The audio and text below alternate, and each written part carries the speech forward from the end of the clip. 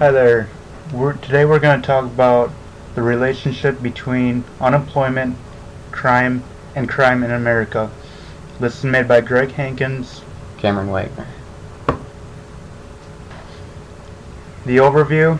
The crime has been a significant problem in human society since the beginning of civilization.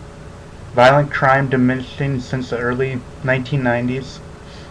Economics believe improved economic conditions may have played a role. Research linking the two has been quite variable and inconclusive. There are two distinct explanations that have been established. First explanation, economists think that harsh economic climate produce fewer unemployment opportunities available. Opportunity cost of choosing crime over legitimate work is pretty low, and thus a positive relationship exists. Sociologists argue that crime decreases as unemployment increases, and because people remain in their homes, which provides an additional layer of protection for their personal property. Thus, less production and consumption equals less goods to be stolen. The purpose of this study is to determine whether or not a positive correlation exists between the violent crime rates and the nationwide unemployment rate. The data covers a 50-year stretch from 1960 to 2010. They are derived from a number of government websites, including the Bureau of Labor Statistics, Federal Bureau of Investigation.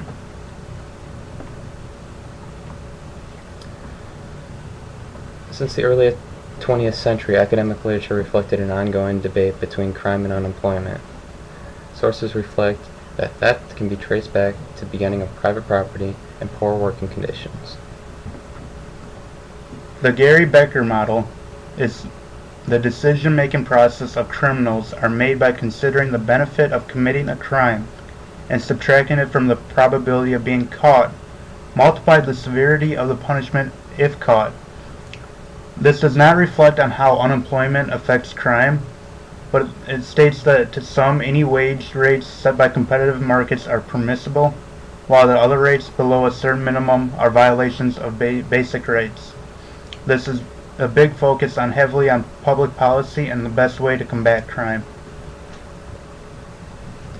Now, the Harry Brunner research shows that there was one of the first models that showed the relationship between unemployment and crime during the 1970s. It stated that an individual's inability to maintain a particular standard of living as a consequence of becoming unemployed will cause a reaction in the form of a criminal act. And this was research from about 1940 to 1973.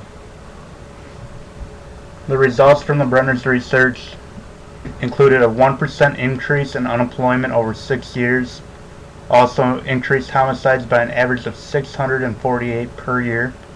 The research criticized by not being able to control non-economic variables that could have contributed to the higher crime. Recent research, however, has focused more intently on employment conditions. In particular, they've analyzed the relationship between labor quality and crime rates.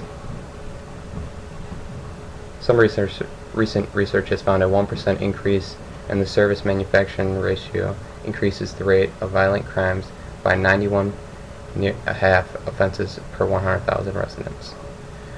Results are accurate because economic and demographic variables known to cause crime were controlled. The descriptive statistics covariance was around 35.91, and the correlation coefficient was about 0.39 for our two variables. This indicates a moderately positive relationship between the two variables. And when we take out the outliers out of our data, the correlation will increase. Also, some of the unemployment data, the mean of the unemployment data was 5.9%, median was around 5.65%, and the mode was 5.6%. The standard deviation for the unemployment data was 1.57. Some more descriptive statistics, this time for the robbery rate data. Mean, about 175.65. median 184.65, and there is no mode. Standard deviation about 58.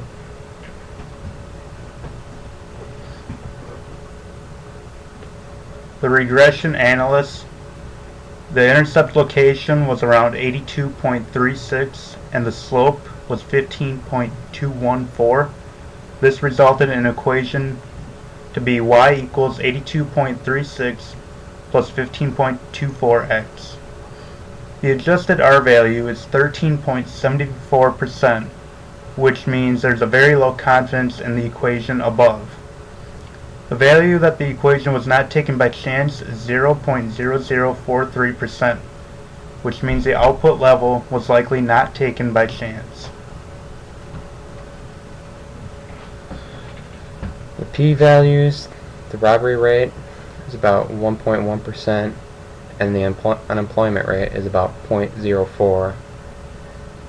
The values were most not likely calculated by chance and are accurate. This is a graph of our data. The unemployment is on the x-axis, the robbery rate is on the y-axis. As you can see by the line, there is a positive relationship between the two as it increases as the unemployment rate goes up.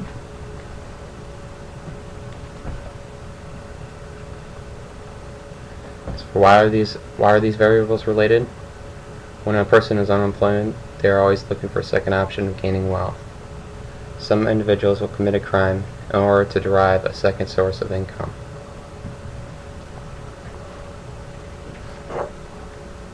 There are some weaknesses with our data.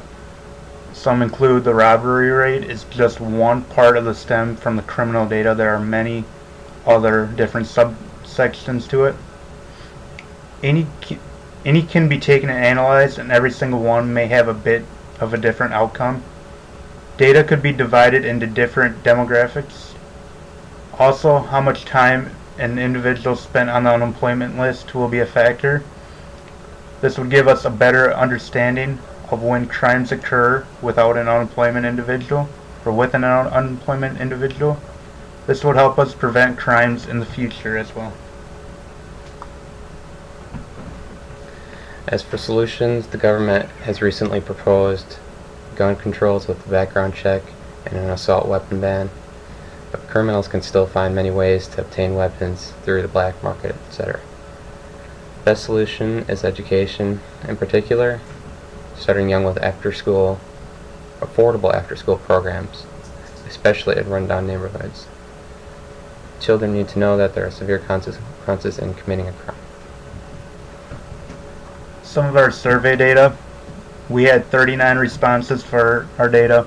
80% of them were female. 62% were between the ages of 18 and 24 years old.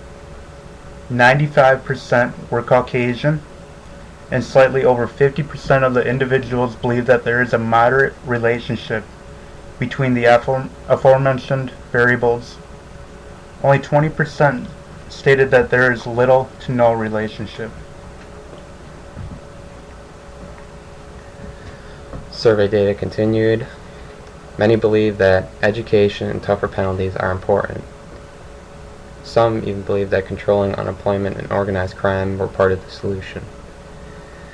75% of the respondents believe that government is not doing enough to control violent crime, and 72% were of the opinion that government should focus more on unemployment and combating crime. Here are some graphs from our data, or from our survey. This one is how strongly do you believe unemployment is in determining the violent crime rate.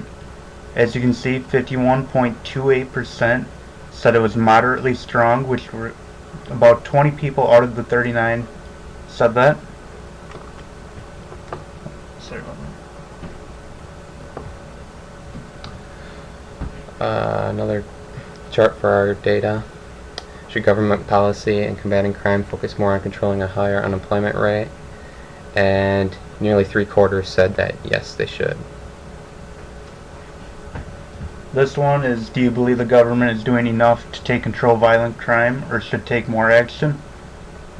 29 people said no, which means that they believe the government should do more to control violent crime. And here are some of our sources. And that's it. Thank you again.